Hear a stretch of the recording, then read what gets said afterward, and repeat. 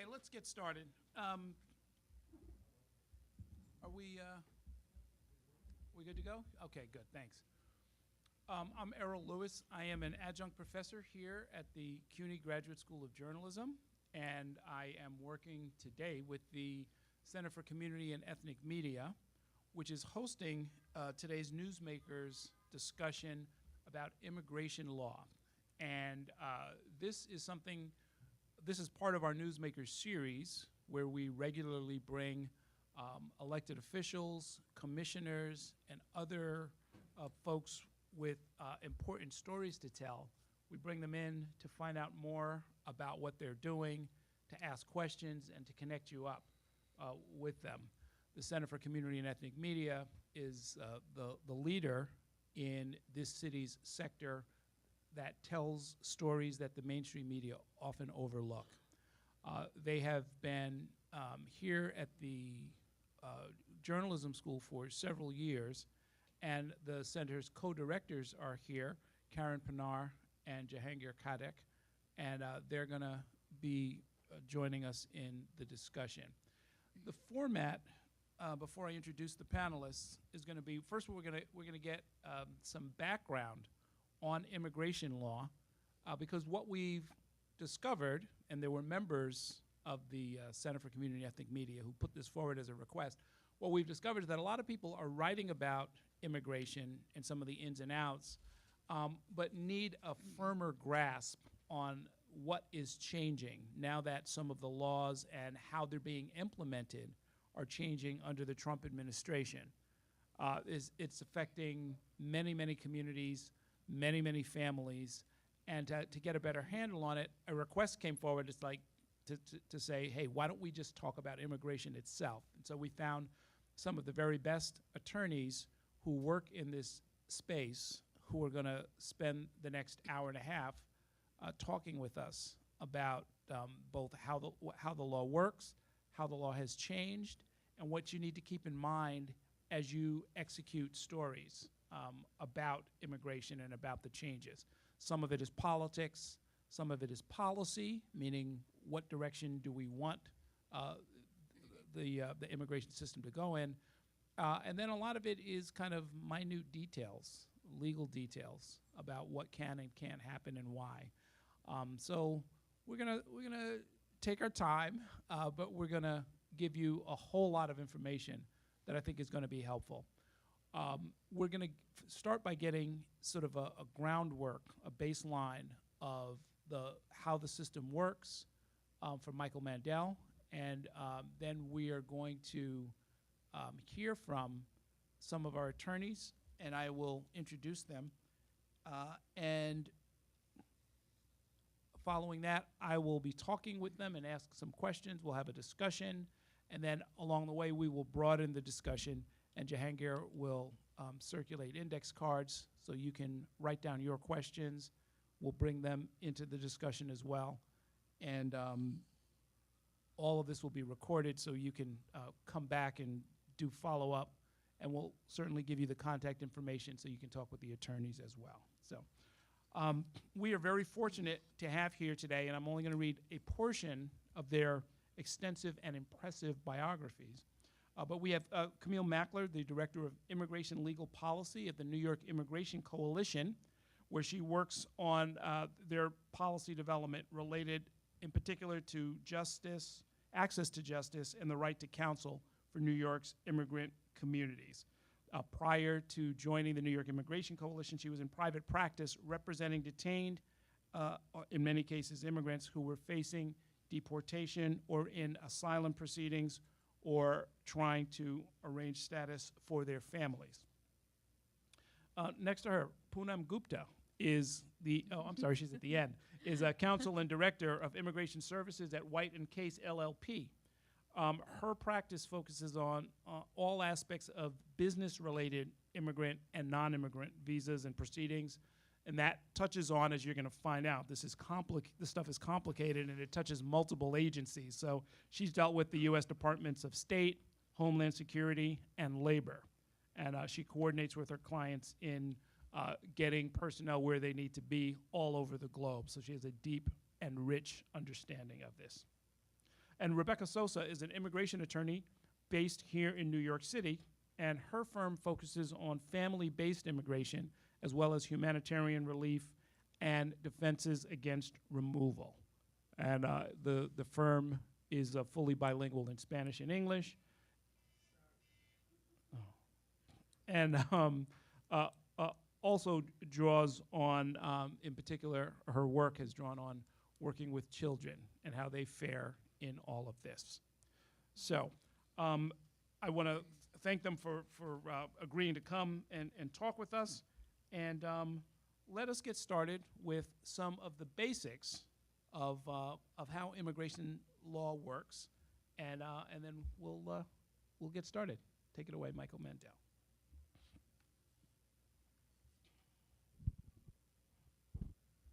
Thank you. Okay. Is this okay here? This is being picked up from this microphone? Is that on or no? Or want me to hold Give it? him that one. Yeah. Yeah, I can. Good. Okay.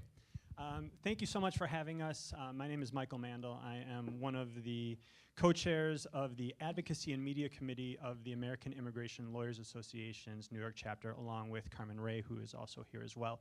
Thank you so much for allowing us to serve as a resource for all of you. We hope that today will be the start of an ongoing conversation so that all of you know when you're writing these stories that are of crucial importance to New Yorkers and to others, that you have people you can turn to make sure that you're getting the facts right, or you're being able to connect all of the dots on this constantly changing and extremely complex issue. So right now I'm really just going to set the table by giving you the basics. We have three tremendous experts here who are going to go into a whole lot more detail, but wanted to start off just by mentioning, as was alluded to earlier, that the immigration system deals with many different government agencies. We have the Department of Homeland Security, we have the State Department, the Department of Labor, the Department of Justice. We have an extremely convoluted, sophisticated, complex set of laws and a number of policies that are interpreting those laws, implementing those laws. And what we've seen during the Trump administration has not been major changes in the laws, but changes in the way that those laws are interpreted, those policy changes. So you're going to hear a lot about that later on. But what I wanted to start off with was just explaining about basic immigration status, just sort of at a 101 level at a nutshell. We're constantly talking about immigrants, but what exactly does that mean? There's sort of different levels of almost a hierarchy in terms of the rights and the ability to stay in the United States and do things depending on how someone came and what their status is. So looking at sort of the lowest level would be people who don't have immigration status, undocumented people, unauthorized. These are ones who perhaps came here legally but are no longer in legal status, or ones who simply cross the border without permission or without authorization and are very much part of the fabric of our communities but don't have the legal basis for being here. Next up would be immigrants, foreign nationals, who are allowed to be in the United States legally but for a temporary set period of time. So these could be tourists or business visitors, these could be students, these can be workers who have working visas that allow them to work for an employer in the US for X number of years, and they either have to find some other way of being here or they have to leave. The next level up would be permanent residents, green card holders. These are people who have the ability and the permission to stay in the United States on an indefinite, permanent basis. The main ways that somebody can become a permanent resident would be through the family-based system, where they have a family member who is in a qualifying relationship or a qualifying position to be able to sponsor them to stay in the country. So that is the family side of things. There's also business immigration, where an employer could sponsor somebody, or perhaps they have skills that are so unique or so phenomenal that they're able to sponsor themselves, but their basis for being able to stay in the US on a long-term permanent basis would be because of their ability to work here. There's also the humanitarian side of things. So asylum, people who fear for their safety back in their home countries, or who were already persecuted so badly that the government feels that they should not have to return home. Or perhaps people who have been victims of crime or domestic violence, they're working with the police or otherwise performing a valuable, needed service in the US, and so the government allows them to get a green card, to get permanent residency, and to stay. Now, it's called permanent residency, but like many things in the immigration law, the way things sound aren't necessarily the way they are, and permanent residency is not necessarily permanent. The government can and does deport people who have a green card, who have permanent residency because of certain criminal issues or otherwise. So really the only safe, pure, total way to protect yourself from deportation these days is to become a US citizen. That is the highest level of immigration status in the United States. But somebody can't just become a citizen. A lot of times people are thinking, why don't they just go and get their citizenship? Or if this new policy comes in place, they're going to become a citizen. That's not how it works. First, you have to be a permanent resident, usually for 5 years, in some cases for 3 years, and then you're able to apply for naturalization, for citizenship. In the olden days, people often did that because they felt this great civic need to vote in elections or to be able to be proud and say they're a citizen. Now what we're seeing very often is people just want to protect themselves and not be deported under any circumstances. So that's what they're doing. That is the immigration system in an absolute nutshell. These kinds of concepts can take hours and hours, days and days to discuss.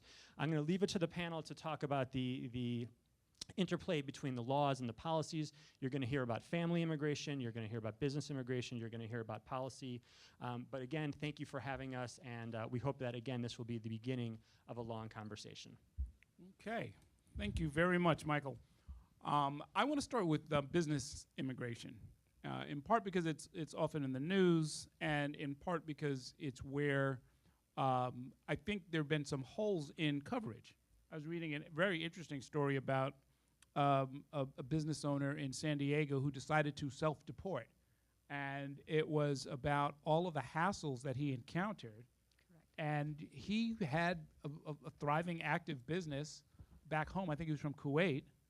And he basically closed his cafe. It was right near a university. Closed his cafe, packed it up, complained to the press, and got on a plane with his family and went home. But it wasn't supposed to work that way.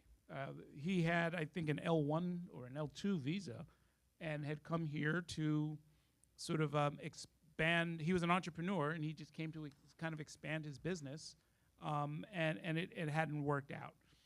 There are a fair number of people who do just that. What is the policy when it comes to business people who come here intending all along to open a business, not necessarily a software firm or anything exotic or fancy, but just come here and be a business person? Are they?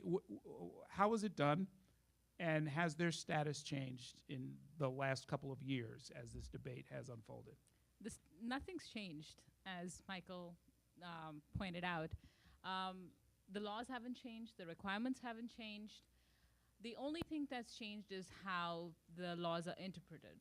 And I don't know enough about that San Diego cafe owner, but from the sound of it, if he's here to set up a business, an L1 may not have been the right category to begin with. An L1 is an intra-company transfer, which allows for a multinational entity. It doesn't have to be huge. It doesn't have to be thousands of employees. It can be 10, 20 employees. But 2 entities in 2 separate countries, one in the US, one outside the US, transferring someone from outside the US into the US. That is the L1 category. So if there is that nexus between the foreign entity and the US entity missing, then there is no basis for the L1. Mm-hmm. So I don't know about that person, and I can't opine on that. But that's the basic way. There are other categories that allow for business entrepreneurs to come in and set up businesses. There was an entrepreneur rule that was going to take effect, but I think that's been pushed back and is no longer at the forefront. But there are 2 other ways that people can come in and set up businesses. One is a non-immigrant, where if United States has a treaty with a country, and there are over 100 countries on that list, where if there is a treaty, nationals of that country can come in to set up a business in the United States and legally live and work here, as long as when their business is done or when they're done, they intend to go back to their home country. It's a non-immigrant. They will never get permanent residence based on that status, and it's called an E status, an E2 specifically if you're setting up a business. If you're just trading, then it's a E1, but there is that non-immigrant option. The immigrant option that is really has been in the forefront in the news is the EB5 option, which sometimes can be for people coming here to set up business, but can also be purely to get permanent residence. You invest a set amount of money, depending on where that money is being invested, and you keep the money at risk for desired, at least 2 years, usually a lot longer, but at least 2 years. Create 10 jobs for US workers, and you can get permanent residence. The backlogs are long, but that is a legal way to do it. I don't know if that national was able to go in that category or another category, but there are lots of ways of doing it. The biggest stumbling block, I think, is how discretion is exercised these days, and also the workload and the backlogs and the time that people have to wait in line to get what they want to get legally in the business, on the business immigration side, at least. I see. And when you say the discretion is exercised by whom exactly? Depends on what visa category we're talking about. So if someone were applying for an L1, if it is an individual petition, so then the petition would go to the United States Citizenship and Immigration Services officer here in the United States, then the discretion would be exercised by that officer. And once the decision is made, then the person would go to obtain a visa at a consulate, and at that point, the consular officer at the consulate would have discretion whether or not to give that person the visa. That's, those are the two main categories. For Canadians, they're coming in through the border. They don't need a visa. They're a visa waiver country. The discretion's exercised by the immigration officers at the airports, at the ports of entry. So the Customs and Border Protection officers exercise their discretion whether or not to let these people in. So it depends on where and what is happening that the discretion will be exercised. And has discretion changed under the Trump administration? Yes. It seems, it seems that the Buy American, Hire American executive order sort of authorized, I don't know if that's the right word, but it seems that more and more officers are inquiring about whether it is in the best American interest for someone to come into the United States. Whether it's a consular officer or an officer at the airport sometimes. And the burden is on the business person to prove that. The person who's applying. The person who's applying. Correct. The burden is on them to prove that they qualify for that benefit. Immigration is a benefit under the law. So whoever's applying for that benefit, the burden is on them, at least in the business immigration piece, that they qualify for that benefit. They have to satisfy the government or the officer of the fact that they meet all the statutory requirements of meeting that, of being eligible for that benefit. There's been a lot of discussion about the H-1B visas, right? There's a set number of them. I think it's 85,000. It's actually 65,000 minus 7,500 for Chile and Singapore, and then an additional 20,000 for people who've done a master's degree in the United States. Right. So And explain who this is for. It often comes up when they're talking about the software companies, the Facebooks and the Microsofts, and they're complaining that they can't get enough students, graduate students, or young programmers to come over. Correct. So a vast majority of H-1Bs do go to the technology companies, but they're not the only ones who use H-1Bs. In fact, last year, the number of H-1B filings dropped from 235 the year before to 199,000. It was a dramatic drop, and the majority of the H-1Bs do go to technology companies, but that's not it. Mm-hmm. There are H-1Bs available to anyone for any position, for any employer of any size, in any industry, as long as the position that they require, the position requires a bachelor's degree, a US bachelor's degree, or its equivalent. So it's not for someone just out of high school, but it's for someone for a professional position. Uh-huh. So it could be an architect, it could be an engineer, a software engineer, a civil engineer, a lawyer, or any of the industries. Like, you know, there's any number of an accountant, a finance person, a banker, anything. Mm-hmm. And it's used across the board.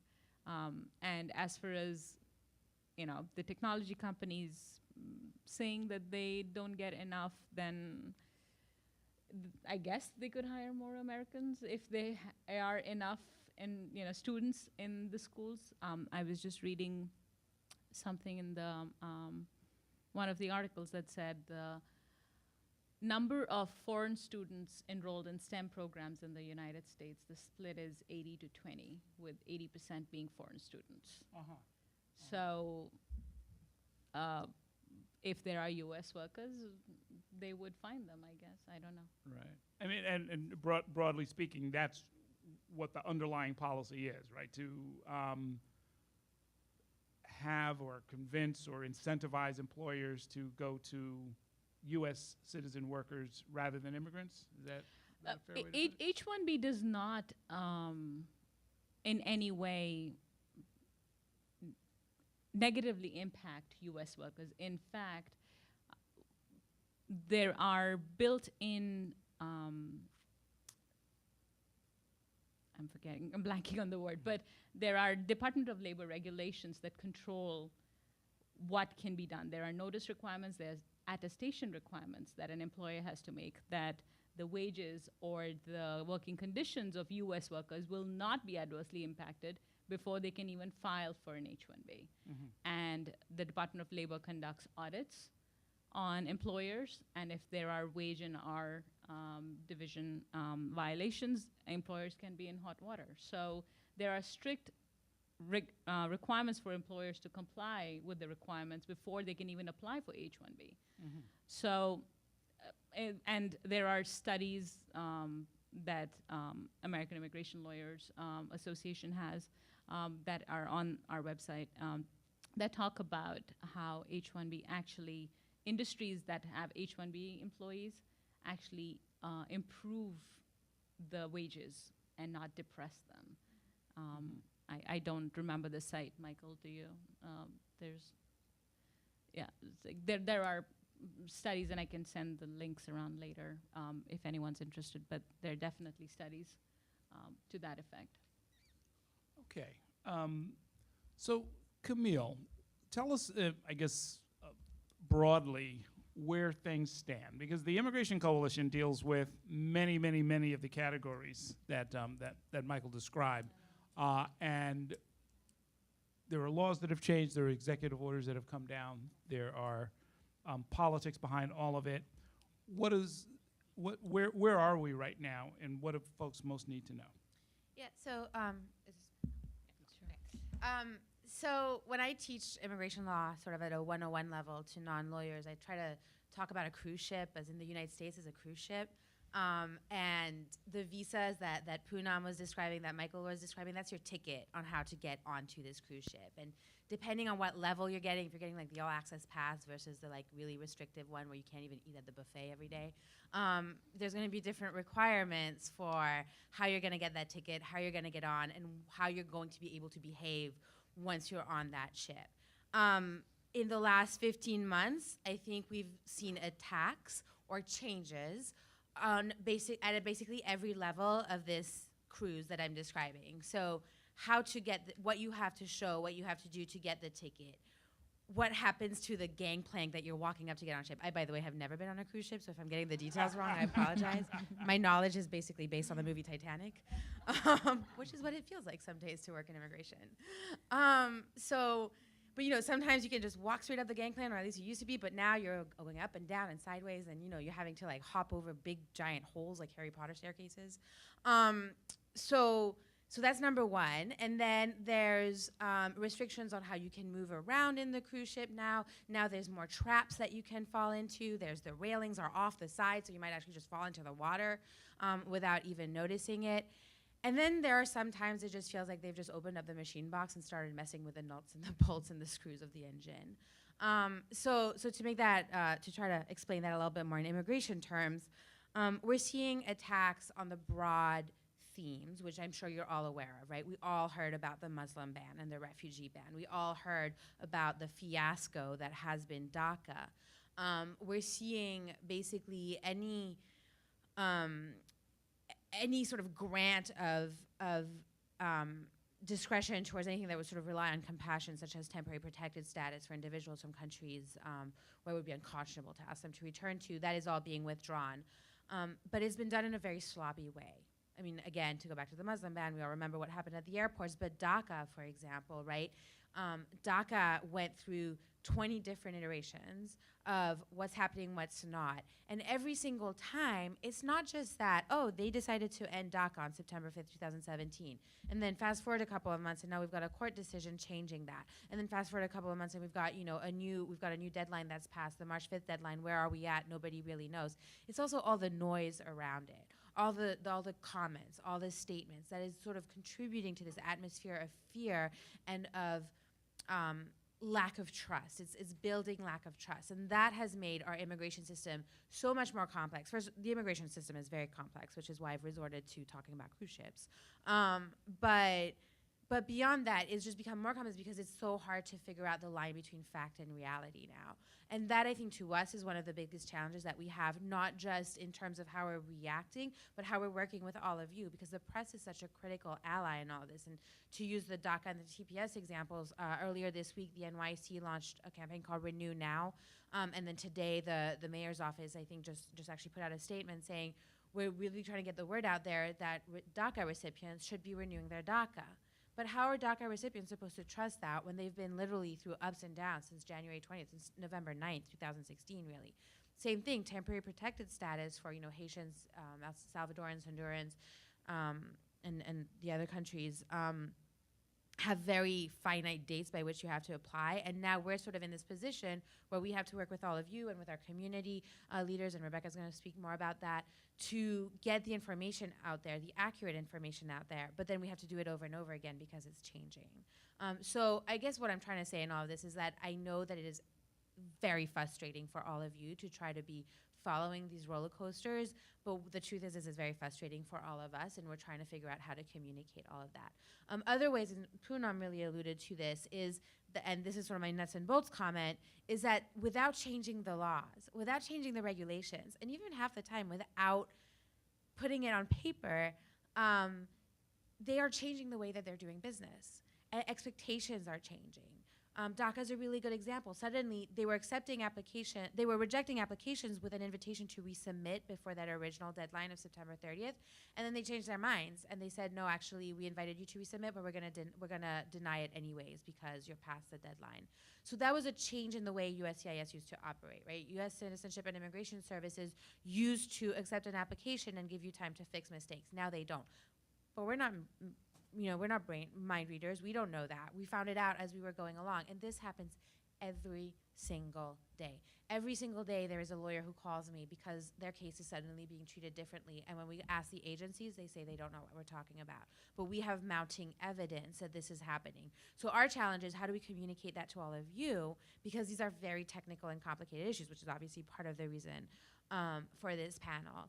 And the last sort of thing that I want to talk about is beyond these attacks on the framework and then on the nitty-gritty of how the immigration system operates, is the impact that it has on our communities and on our community's allies. So I know Rebecca is going to talk more about the work of doing Know Your Rights presentations and making sure that our immigrant communities are aware of their rights and aware of what they need to be doing and when, like renewing Daca, renewing TPS, not being afraid of going to their children's school, but being aware that ICE is a bigger presence in certain areas, for example. And there's also the effect that it's having on lawyers and on social workers and on case managers and all of those of us who work to sort of support our immigrant communities and who are going through this very same roller coaster. So when you're all thinking about stories that you want to tell, and it is so important that you tell these stories. Journalism is the first draft of history. We need to be remembering what is happening now, and we need to be educating our communities because they need good information. But also remember that the stories aren't always about the immigrants themselves.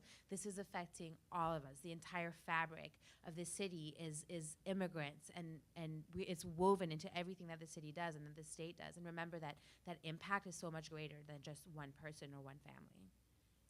Okay. And so, Rebecca, you are seeing this at the ground level. People literally walking in off the street, hey, I have a problem in Queens, and saying, hey, I have a problem. And those problems can be complicated under the best of circumstances. How do things look right now? What's your sort of overview of where things stand there? Okay, well, I think what we've heard here is that the laws aren't changing, but the policies are changing. So one of the things we spoke about is asylum. The asylum policy has changed overnight, whereas previously my advice to a client who is not currently in removal proceedings would be to file an application for asylum with the asylum office. That's called an affirmative case if they're not in removal proceedings. And then that would take about 2 or 3 years. And during that process, they could get work authorization after 5 months. They could apply for it, and they could continue to renew that until they had a decision. And then all of a sudden, one day, announcement, nope, that's not how it goes anymore. Now, if you apply for asylum today, you're going to be scheduled for an interview in 3 weeks. So that makes it really challenging, not just to advise people, but just to practically do the work that we do every day. And I think for all of these questions and all of these changes, I like to try and explain to my clients. Also, sometimes clients are not the same way that our communities don't really understand. Clients are also completely have no idea what's going on. And I'm asking a lot for them to trust me and to trust other people when, frankly, immigration attorneys have generally a bad reputation. To trust me that it's not me, that I didn't do anything wrong. It's just things just changed and overnight. And there's this sense, kind of to pick up on what Camille said of how it's affecting our communities. All of these changes, to me, feel like immigrants are not welcome here. Immigrants are criminals. All the things that we should not be saying, and that should not be coming from our government either. And the rules aren't clear. It's not clear what to do, and it's not clear how to do our jobs in a good way. So that's just one example, and it really changes the decision-making process on both sides of the equation, and the ability of just for us to advise people and do our jobs. And so why is this happening? I mean, what is asylum? It's international protection. It's under international law. It's under U.S. law. We have rights that we give to asylum seekers because they are fleeing their countries for fear of their lives. So the thing that I find probably the most troubling about all of this, I think it's all troubling, but the U.S. government is actively picking on the most vulnerable people in our country who have come to our borders because of what this nation is supposed to be historically. So the people who I think are getting picked on the most are asylum seekers at the border. And again, why? For what reason? Why are we having these policy changes overnight? And frankly, children who are fleeing from, at the very least, rape, death, and their families in countries like El Salvador, Honduras, and Guatemala, as well as Mexico. And we're telling young children, well, first of all, we're separating families and putting them in detention. Why are we doing that for a civil violation when also these are people who are seeking protection on our borders from the same exact things in their country?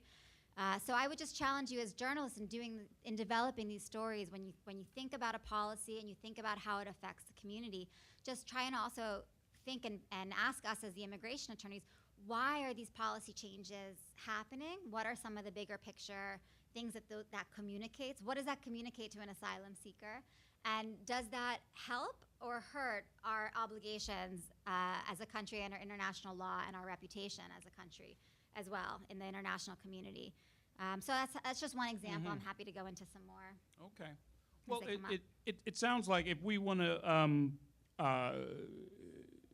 even get a story started right, we have to figure out, as Camille put it, what ticket do you have? On what? I love you that. know, how did you get here, and what is your status, and then where does it go from there? In your practice, what's the largest category of people that you're encountering, and what kind of help do they need? Sure. I like to think of the world of immigration as there's two completely separate categories. There's the people who have the ticket on the cruise ship. I'm totally stealing this, Camille. There's the people who have the ticket on the cruise ship, and they came here, for example, with a visa. It could be a tourist visa, could be a student visa, on some way that they presented their passport saying, hi, U.S. government, this is me, this is my ticket, can you stamp it? Great, and they come into the country. So that's the quote-unquote, I hate these terms, I can't believe I'm even using them, that's the good immigrant, right?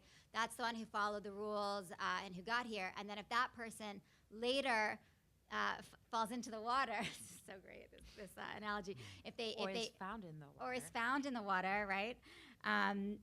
Once just that fact in the world of immigration of how that person physically entered the country, I think you as journalists, that's the key fact that you need to always be communicating in your stories. And if I ask no other question of someone, that's the question I'm asking. So did you come on the cruise ship with a ticket, or did you come quote unquote illegally or unlawfully without authorization? And those categories are, for example, people, again, fleeing for their lives, seeking asylum at our borders. I want to just note they have a right to do that under international law and under U.S. law. That's absolutely their right. Not to win, but to apply for asylum. So they came here. The only way to do that, well, not exactly the only way to, and I'm sorry, a lot of the things I say, there's more substance behind it, so I'm trying to generalize, and I may not be 100% accurate in trying to do that, capture it in a big picture way. But if you cross the border, if you're a 16-year-old child who fled your country, and you cross the desert in Mexico and you come here, you've quote unquote come here as an unauthorized alien, and the only way that you get to seek asylum is you go up to Border Patrol, or Border Patrol catches you, and they put you into immigration proceedings, and then you have to say the magic words, essentially, is that I'm afraid to go back to my home country. So that's kind of, unfortunately, our laws are extremely discriminatory. Our laws divide the world into these two categories. And the unauthorized category, including people like asylum seekers, they go to this immigration purgatory. They don't have the same options as the people with the cruise ship ticket. And I think that this is the place where journalists, I think, really could improve. And I say this also, just to back up a second, I had this conversation with my own mother who, I'm an immigration lawyer. I married an immigrant and went through this process myself. My mom's a lawyer. She reads all the time. She has no idea when she reads news stories, and she's asking me, how does somebody who is married to a U.S. citizen end up getting deported? She's like, I just can't wrap my head around it. I thought that our immigration laws were about family reunification, right? And so I explained it to her this way. There's the immigration purgatory of if you have not entered with inspection, and then there's the everybody else, and that is probably the most important path of determining what options you have available. I see both groups constantly, and that's the most important question I'd like to just suggest to this audience when you're digging through the facts of a story, to explain to the public and to the community what's going on, that you ask those questions as well. Not just in stories, but in sort of in real life. I live in Brooklyn. I meet a lot of people who come on a tourist visa and then overstay it, right? Mm-hmm. What is the status of that person? What are their options? What are their risks? Where do they fit into how we tell an immigration story? I think that's a great question, and one I want to also loop back to what Poonam was saying earlier.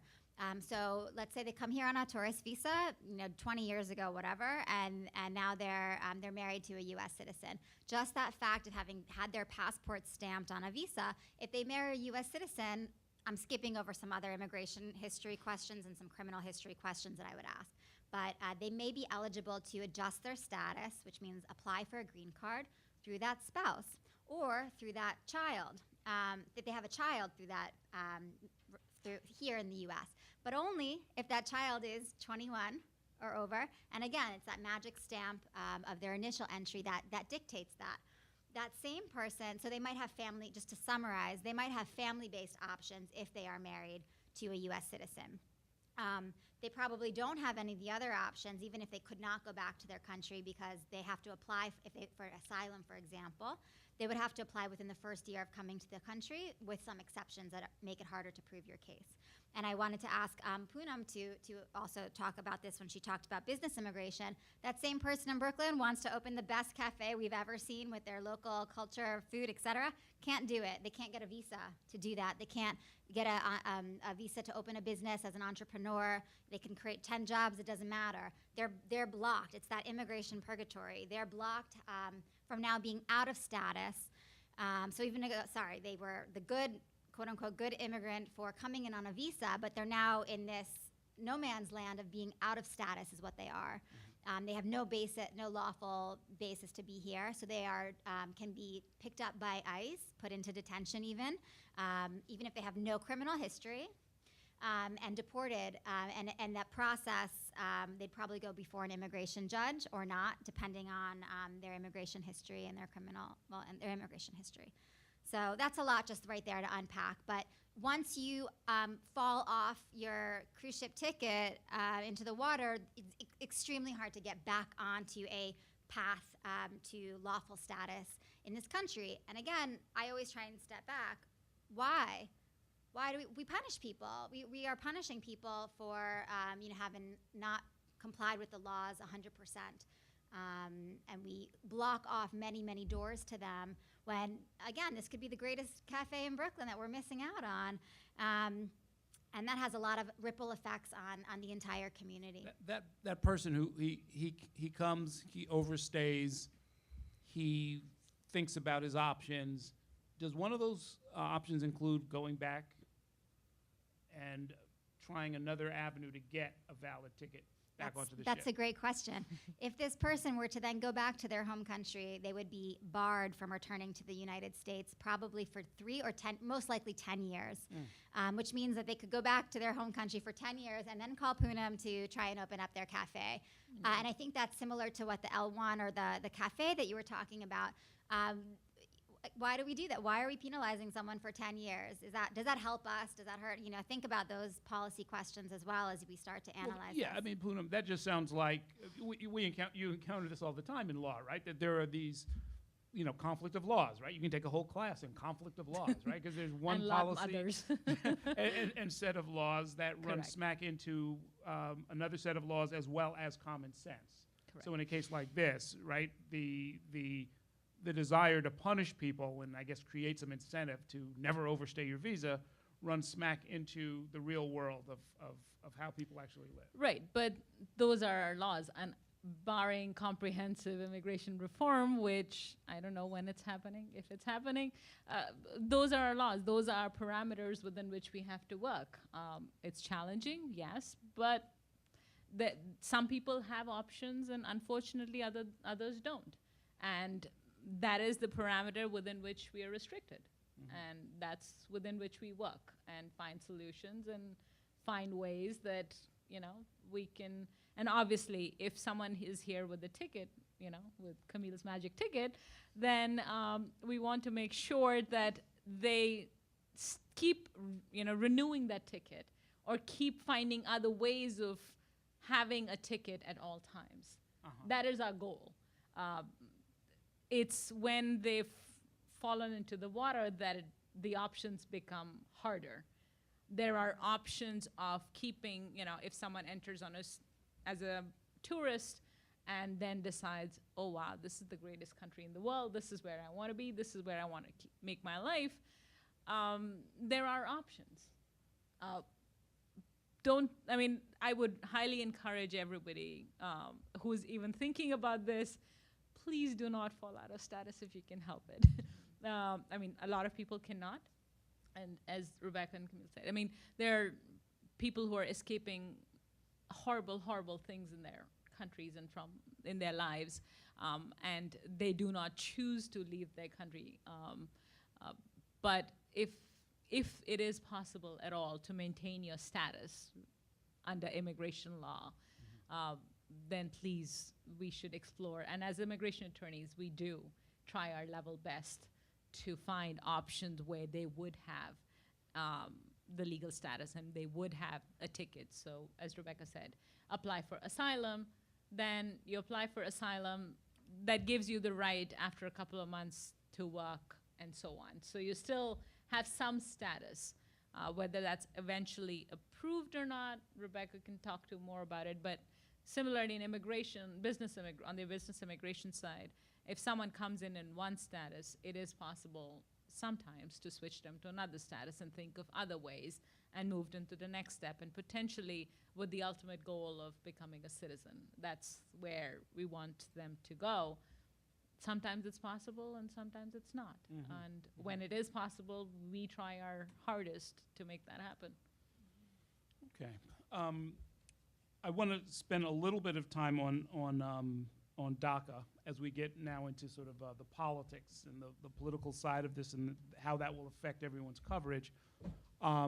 Deferred Action for Childhood Arrivals is what Daca stands for. It was intended to sort of deal with another one of these kind of perversities that comes up from time to time, where you could be here, your ticket is no good, you've overstayed your visa, but you have a child, and that child is a U.S. citizen because the child was born here.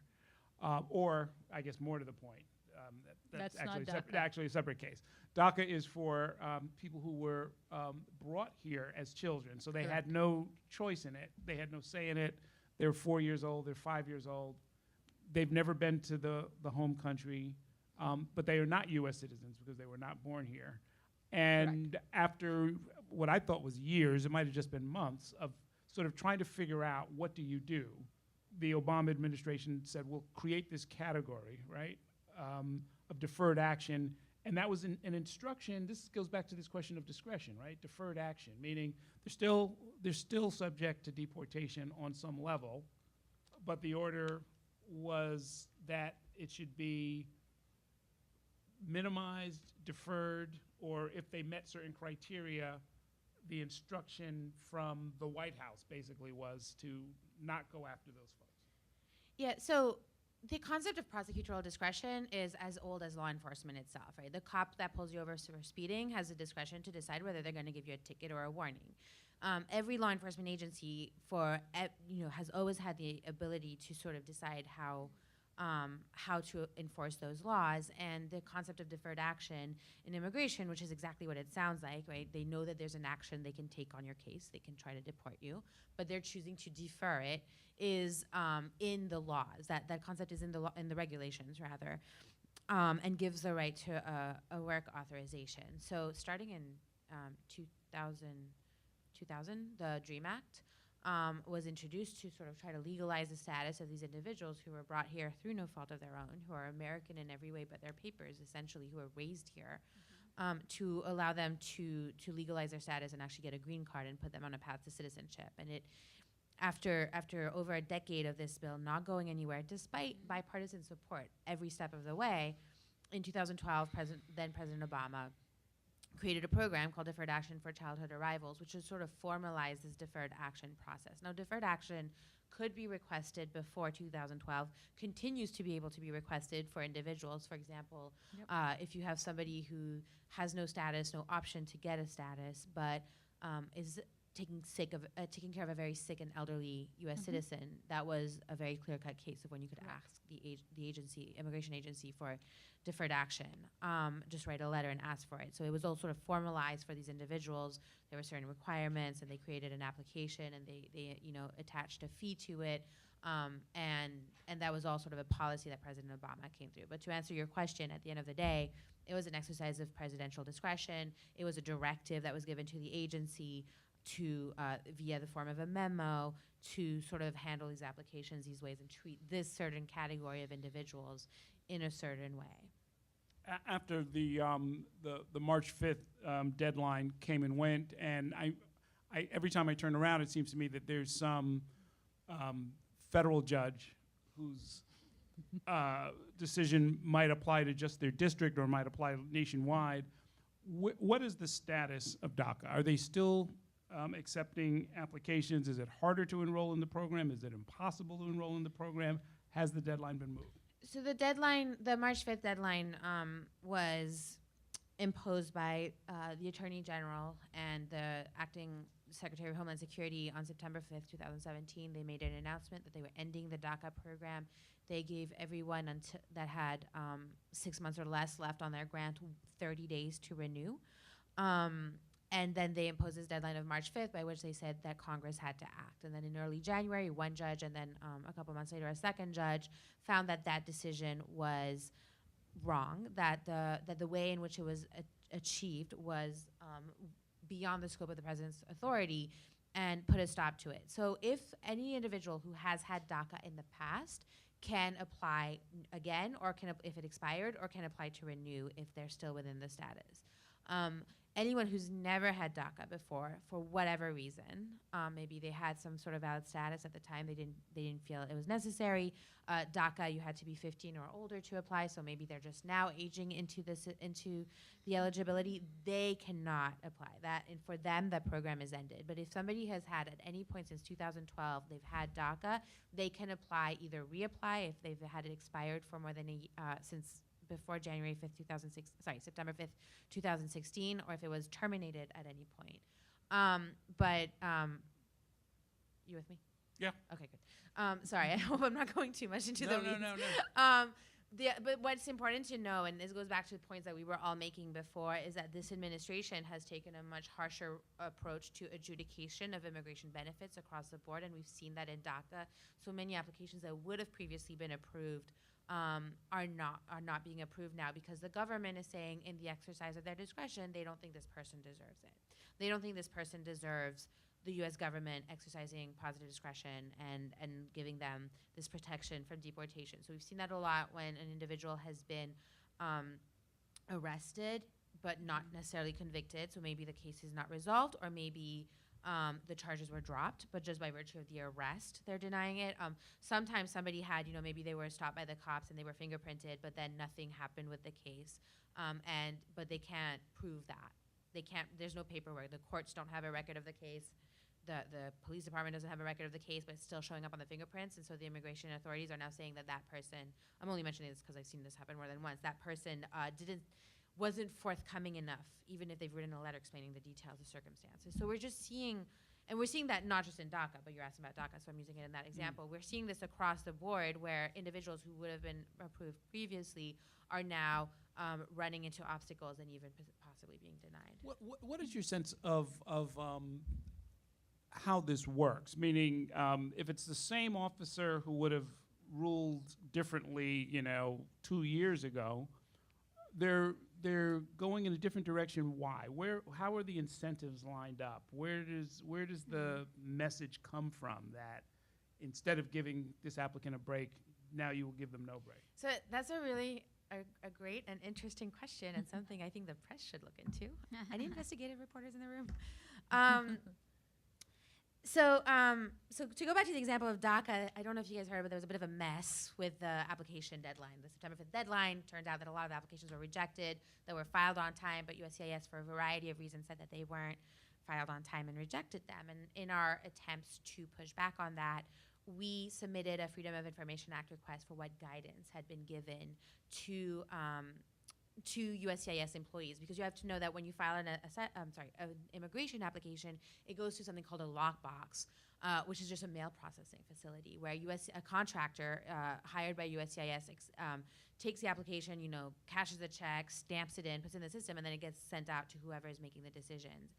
And USCIS got back to us and said, oh, there's no guidance, which is that's not how it works, right? If you're telling somebody we're changing the rules, then you have to tell them how to, that's just common sense. But that is a theme that we have seen a lot in this administration. Two themes, really. One is that they're changing the rules on us. All of a sudden, we're getting a lot of requests for a certain type of evidence in a certain type of case that never happened before. But when you ask them, can we see the guidance? Can we understand how you trained your staff? Like, we're not sure where this is coming from. They say that doesn't exist. And so we're starting to sort of build a cachet of FOIA requests to sort of understand that. And the second is that, you know, and we saw this very much at the beginning of the administration, but it's still true. They're just getting slightly, you know, smarter about it as we go along. But they just think they can put a directive out there and expect it to be obeyed. The travel ban is a really good example of that, right? Where they just threw a travel ban out there. The worst written thing I've ever seen in my life. And expected, you know, 1,300 employees at JFK, however many they have at O'Hare, however many they have at Dulles, to just implement it. And if you talk to people who were on flights that night, arrested by customs, they will tell you that they went to the kiosk, they gave their passports, some didn't even know about it because they were in the air when it was signed, and then the customs officer initially let them in, and then said, actually, no, we need to send you in this room, and then they were sent in the room, and then eventually somebody came up with handcuffs, and they said, why are you handcuffing me? And they said, we don't know, this is what we're telling us. And the third thing, I guess I said two, so sorry, but the third thing is that I have never, in my experience, in the 15 years that I've worked in this field, seen such a level of centralization of decision-making. So much of the decisions are coming not just from the White House, the Homeland Security headquarters, because all of these agencies are under the umbrella of the Department of Homeland Security, right? Not just Homeland Security headquarters, but actually directly from the White House. And so to go back to Daca, and when we finally convinced them to accept those badly rejected applications, the directive had to come straight from the Secretary of Homeland Security. Are you seriously telling me that the Secretary of Homeland Security has nothing better to do than deal with a mailroom issue? But that level of centralization is something that I, at least, and I don't know if everybody here also agrees, I've never seen that happen. Okay. Can I add just one thing? Yes. Can we just pause for a second to say how, quote unquote, American does this reflect our values as American to deny people a benefit based on arrest when charges have then been dismissed, to arrest people at an airport? Again, why are we arresting people? To arrest people at an airport with no notice. And for this, I think it's extremely hypocritical for Attorney General Sessions to promote a quote-unquote law and order platform when you hear what we're dealing with. A policy changed overnight, no written notice, no ability under the Freedom of Information Act to request the official guidance so that we can then change things accordingly. So we have to kind of call those things out. I do all the time. I think it's important that we recognize that. Number one, what's happening, and number two, does that reflect our laws and our values as a country? Here is a question, and it's I guess directed more to Rebecca and Poonam, but of course any of you can weigh in on this. Can you discuss asylum cases or change of status cases that you have recently won, and what common elements or patterns you detect? Have there been cases you expected to lose but ended up winning? I'll take that. Okay. It's actually the opposite. It's slam dunk asylum cases, clear cut cases, going to the asylum office, slam dunk interview, client provides perfect testimony about what happened, clear support under current case law. And this is a child, a 16-year-old boy from El Salvador that I'm thinking of. And the asylum office is just chilling on that decision. He should win. I mean, it's one of the clearest cases I've ever had the pleasure of working on, because it's that supported by the law, and it should just be a win. But there's delays. There's this is probably going to headquarters because he's from El Salvador, and we have this. I think gang issues are very serious, but we have this rash of calling anybody a gang member without any substantiation of those allegations. And so instead of just having, again, a decision that complies with past decisions, the current law and the previous policy, now everything is going to Washington, which feeds right into what Camille is saying. Someone else is making these decisions. It's behind closed doors, and it's not consistent with the laws and policies that are currently in place. So that's the experience, the delay, even in the strongest of cases. Right. On the business immigration side, USCIS released a policy memorandum where they said that earlier, any case that was filed so if someone was filing for an extension of status, they are in a legal status and they're seeking an extension of that status, they're doing the same thing, just want more time as they're allowed under the law. USCIS used to give deference to the fact that it was previously approved. That deference is no longer given. so that extension is going to be reviewed and adjudicated as if it was brand new petition for someone who's applying for the very first time. That I think creates a lot of challenges. It adds a lot of burden on the petitioners, the business owners, and also on a lot of uncertainty for the people, the beneficiaries, for the foreign nationals who are they have houses, they have families, they have kids in school, and then the extension gets denied. It's hard. I mean, thankfully, knock on wood, has not happened to us yet, but I've heard plenty of stories. But the fact that they would take the deference out and issue a policy memorandum is troubling, is very troubling. Okay, here was another question. Would the policy change for undocumented children or youth who are going into the child welfare system? They're currently protected. I don't know if this protects their status, but they are wards of the state, right? How would that affect their ability to secure work visas, green cards, U.S. citizenship? This is a pretty complicated question, so if you want to talk afterwards, I'm happy to talk to you about it. But a lot of the kids, there's kind of, again, two categories. Let's go back to your example, the person who came on a visa and maybe has a child. If that person then gets, and this happened in a New York case as well, if that person is then detained and has to go through immigration court, the U.S. citizen child may not have a caregiver. That child is going into the foster care system. So we as a society have to understand that's what's happening to our native-born U.S. citizen children. And even if you don't care about people as people or children, that's our taxpayer dollars being spent on that. So that's for U.S. citizen children. And if you take a step back, almost all of the clients that I see, at least, I don't have the statistics to support this at this time, but they're from mixed status families. So maybe one person is undocumented, another person may be a citizen, another person may have DACA or TPS. So it's very common within the same family unit to have these different status issues. Then other cases, kind of like the child I was talking about from El Salvador, there's children who come in who we have, again, international and domestic obligations under law to put them in a child's shelter. And those cases, they have special protection under federal law and New York law. And it's exactly what we've been talking about before with Camille. The government has, under federal law, you're allowed to seek what's called special immigrant juvenile status. I'm sorry, if this is not on point with what your question is, I'm sorry, we can follow up after. But if you have, you can apply for special immigrant juvenile status. It's a very strong form of relief and a very common one among many of the children that I've interviewed. And so you have all these protections, and for a long, long time, I mean, since I started practicing immigration law, the federal law says you can do this up to age 21. New York law very clearly says you can do this up to age 21. And our previous experience in immigration law in both New York courts and then the immigration courts, because you're required to go through, not courts, but you're required to go through this very complex web of both state and federal systems to get this benefit. So there's tons of quote-unquote vetting going on along the process. All of a sudden, previously everyone who was applying from the age of 18 up until 21, that's absolutely the cutoff is 21, was approved. Now there's going to have to be a class action because all these cases are now getting denied. There was no change in federal law, no change in New York law.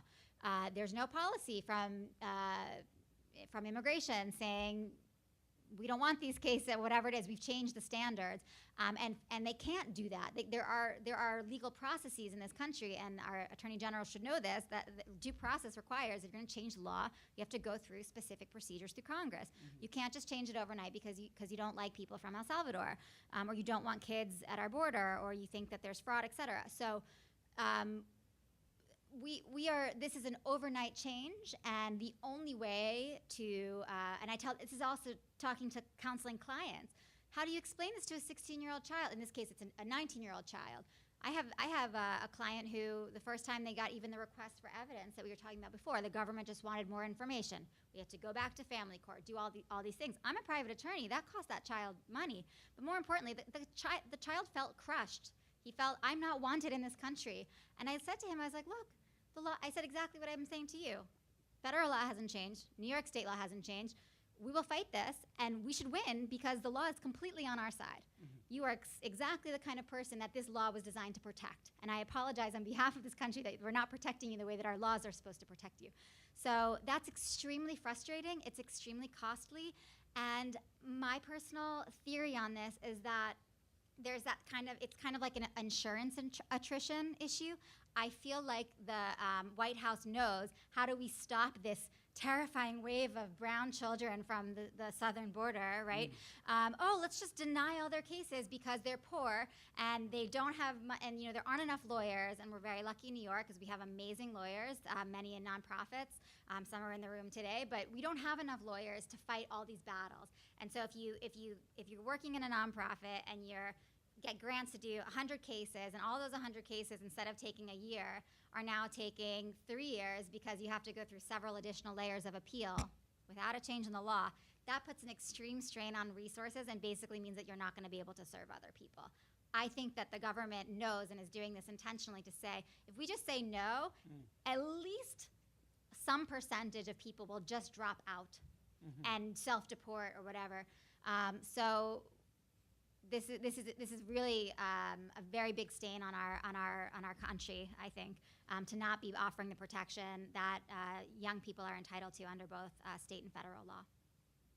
When you talk about mixed status families being almost the norm or frequently encountered, is there case law or are there procedures on how to handle those cases? Like what gets priority? Whose status sort of predominates? I mean, how does the system work through those kind of situations? Well, that's sort of what the Obama memos of 2011, 2012 to a certain extent, and certainly 2014 aim to protect. There is no case law. I mean, the simple answer to your question.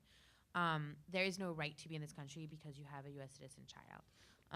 Just because you have a U.S. citizen spouse or parent, it may open up some avenues, but it doesn't automatically. And that's sort of where, when President Obama in November 2014 announced, deferred action for parents of American citizens and green card holders, that's what he was trying to get to. And obviously that was put on hold by a court in Texas and ultimately went to the Supreme Court, which didn't make a decision. And then ultimately all of those memorandum were rescinded by Kelly when he was Homeland Security Secretary, and then Sessions. So no, and I think that's definitely one of the biggest misconceptions of our immigration system, is that you don't have an automatic ability to protect your family member, to protect a loved one. And to go back to something I said at the very beginning, immigration law doesn't just affect that one person or that one family. I was in a meeting the other day with some folks at the Office for Court Administration, because one of the big issues we're seeing is ICE agents arresting individuals in the courthouses, which is a whole other conversation with a whole other set of problems. But one of the public defenders in that room was practically crying, saying, like every time an agent goes in and arrests someone who may not have been convicted of a crime, who may have just been there to protect their rights, that is a parent who is not going home to a child. And that is the reality that we all live in every single day. And something that certainly affects our city very, very much. I mean, I remember at the beginning there was, I think, the biggest demand for legal services after the inauguration was not immigration legal services. It was families looking for lawyers to help them come up with power of attorney documents and set up systems so that if they were taken into custody, there would be something set up for their children. There was at least one part of the conversation about whether or not ICE agents could or should be in and around courthouses. At least part of that discussion included the observation that ICE is now being told not to prioritize anything, but to find anybody who's out of status. Yeah. And that seemed pretty clear. I mean, I don't know if it was oral, I don't know if it was in a memo or anything like that, but they now have no incentive to do anything other than the easiest thing. And the easiest thing is to go hang around where people might be out of status and start grabbing them. Yeah, I mean, I think it's really important to remember that ICE is multiple agencies within ICE. There's multiple sub-agencies. So when we're saying ICE, what we mean is enforcement and removal operations, which is the deportation officers. they are not a criminal agency. They are a civil administrative jurisdiction agency, which means that it means in one hand that constitutional protections like the right to a lawyer, all the Miranda rights don't really apply when you talk to them. Some do, like the right to remain silent, but not all.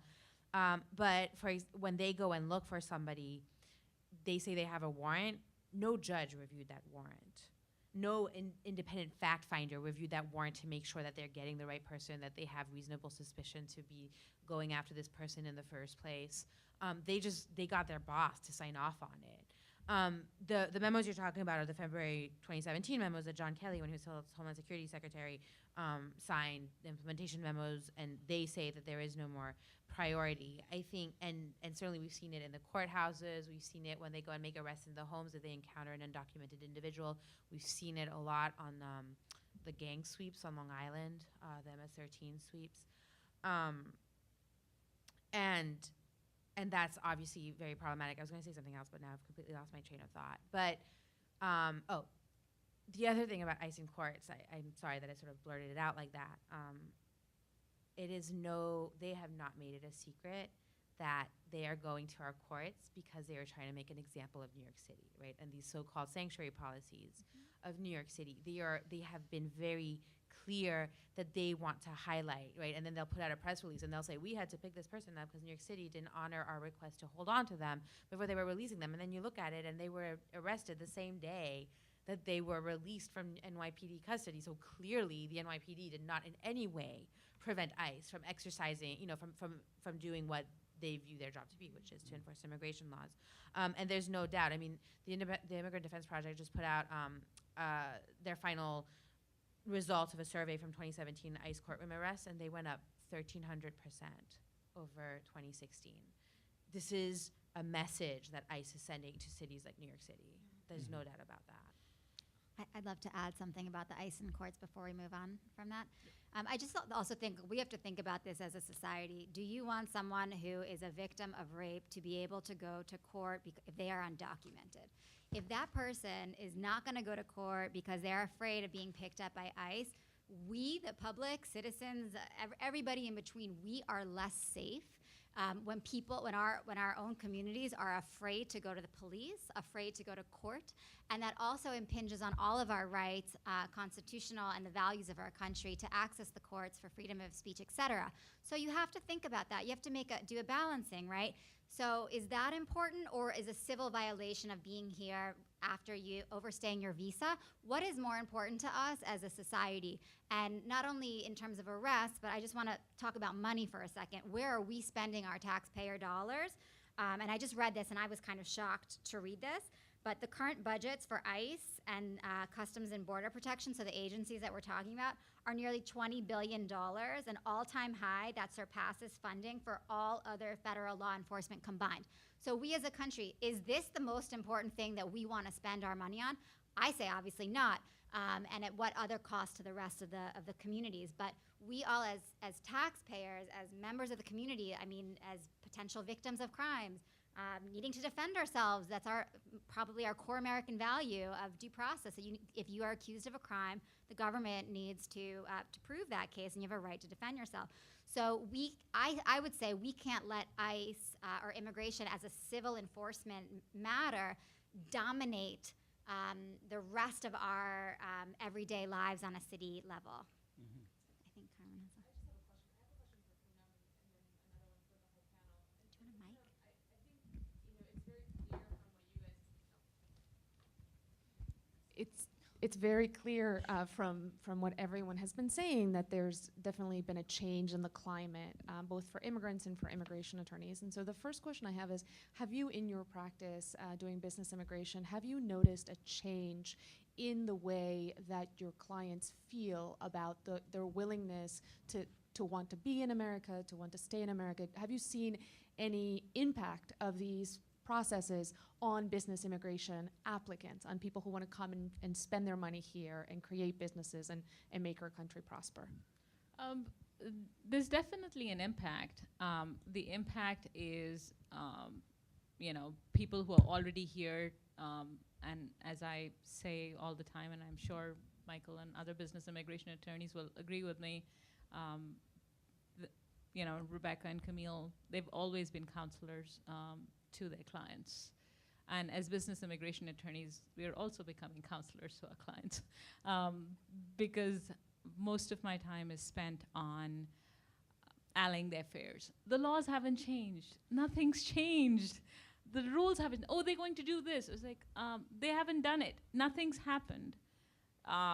Yes, it's a little harder to get to the end result, but we can still get there. On the books, we can still get there, and we do get there. It may take slightly longer. It may take more interaction back and forth with the government, but we do get there.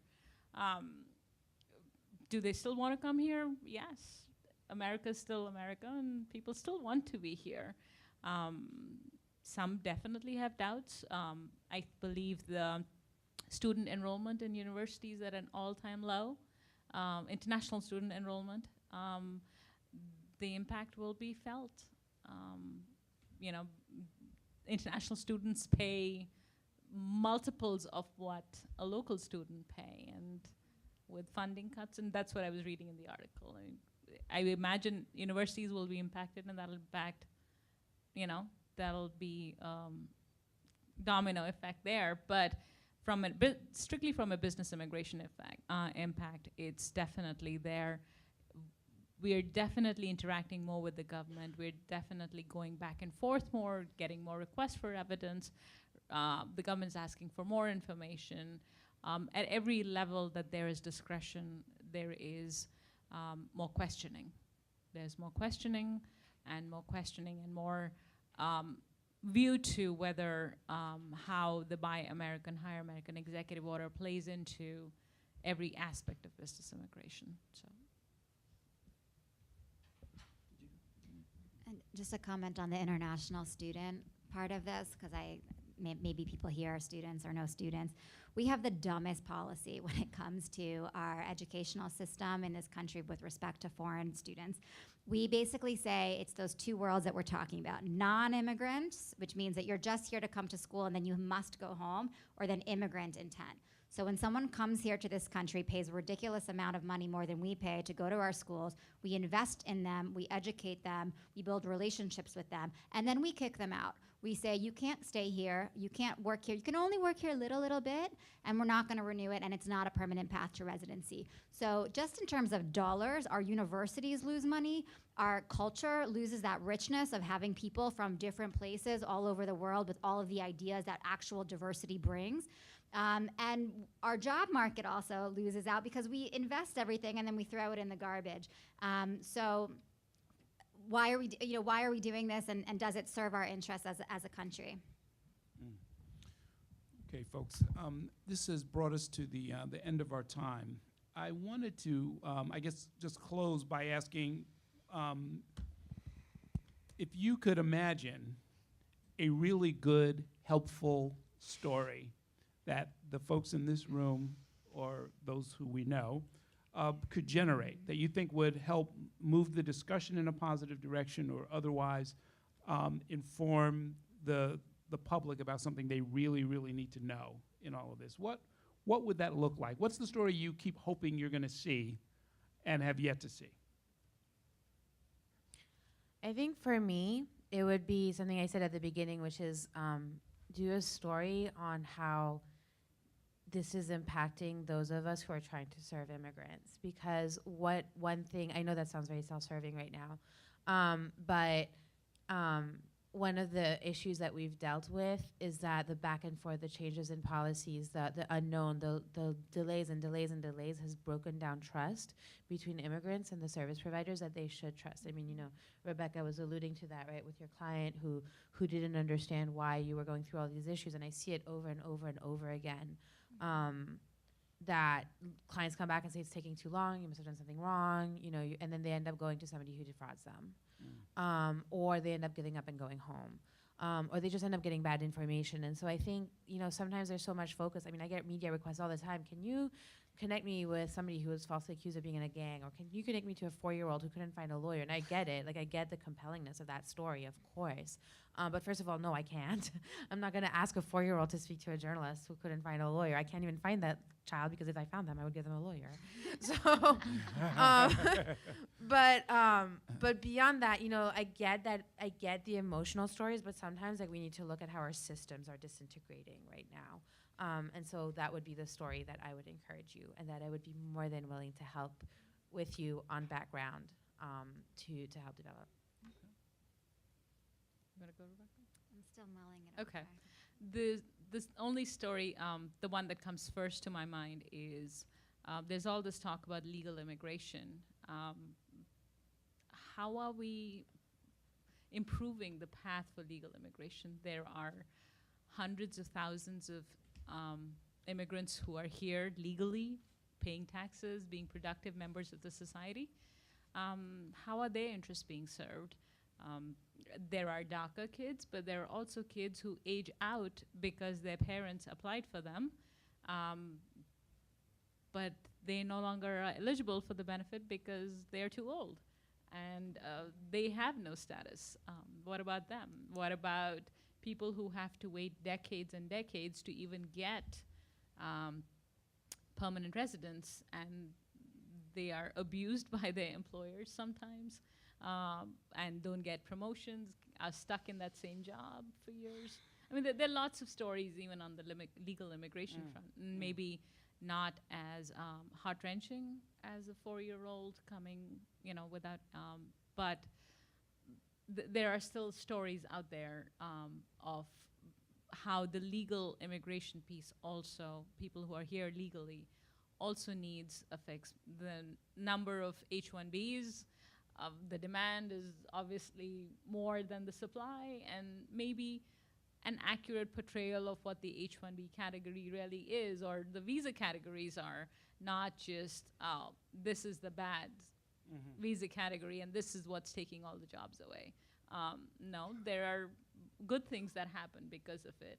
And there are good things that happen because all these technology companies had all these people, had all these resources to build what we all have in our hands right now, our smartphones. That's just one example. We use it, I mean, it's all, I'm not saying it's all because of immigrants, but there's a huge contribution that legal immigration has made to it. And it would be helpful to forward that cause as well. This is such a tough question, because I feel like I sit in my office all the time pulling my hair out, just being like, why can't we just fix these things? They're fixable. So I'm gonna, it's a big challenge what I'm gonna say. I know it's horrible for a story because it's way too complicated. I would say, I think the problem with the immigration press that's currently existing is kind of the same problem we have in this country, right? Immigration is not an issue only for immigrants. Immigration is not just a Hispanic issue. It's not an Asian issue. It's not an African issue. It's all of our issues together. And I see so many of the bigger picture connections of, I can give you this information afterwards, but we are challenging, so the biggest issue I think that we don't talk about enough is how much money we're spending to detain people for no reason under quote unquote civil immigration, either violation, asylum seekers, which I've mentioned a lot. This is being done in our name and our tax dollars, et cetera, but let's connect those dots. That's the same conversation we're having about prison reform, about the criminal justice system reform. So these are the things that, you know, we as a, this just happened, this story about like Camille and whatever, basically like helping other people from different communities. We are all the same community. We are us, they are them. We're all humans. We're all we're all here in this country. So let's connect these dots between why are we spending all this money and time to imprison people for nothing, and why in our criminal justice system are we continuing to criminalize things that we no longer feel should be criminalized. And taking that step back again, I mean, as a lawyer, I try and remember, what do we have the laws for? The laws are supposed to reflect our values as a society, but they don't. So, you know, gay sex was criminalized for years. Interracial marriage was criminalized for years. And it took us challenging those through the legal system to say, you know what? We've evolved. We don't think that way anymore. And so let's stop putting people in jail. Like, I just think, why are we paying so much money and causing so much human suffering And we have better things to do. We could educate people instead of throwing them in jail, right? So I think that we don't do enough of that community building because our country has kind of falsely segmented us into, oh, you are this identity group, you are this ethnicity, you are this color, you are this gender. No, our values are much broader than that, and it causes this kind of, we pit each other against, these kind of subgroups are like fighting over these scarce resources. There's plenty of money in this country to do so much more if we stopped wasting it on throwing people in jail for no reason, probably in violation of international law. I'll stop there. Okay. No, a great and passionate note on which to stop. So, Rebecca Sosa, thank you very much. Poonam Gupta, thank you for coming by. Camille Mcclure. This was extremely informative and helpful. And so I thank you all for coming by.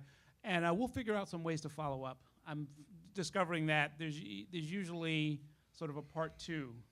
This is a very great start on what I hope everybody is going to find helpful when they are doing their next round of stories. Thanks a whole lot. Thank you. Thank you.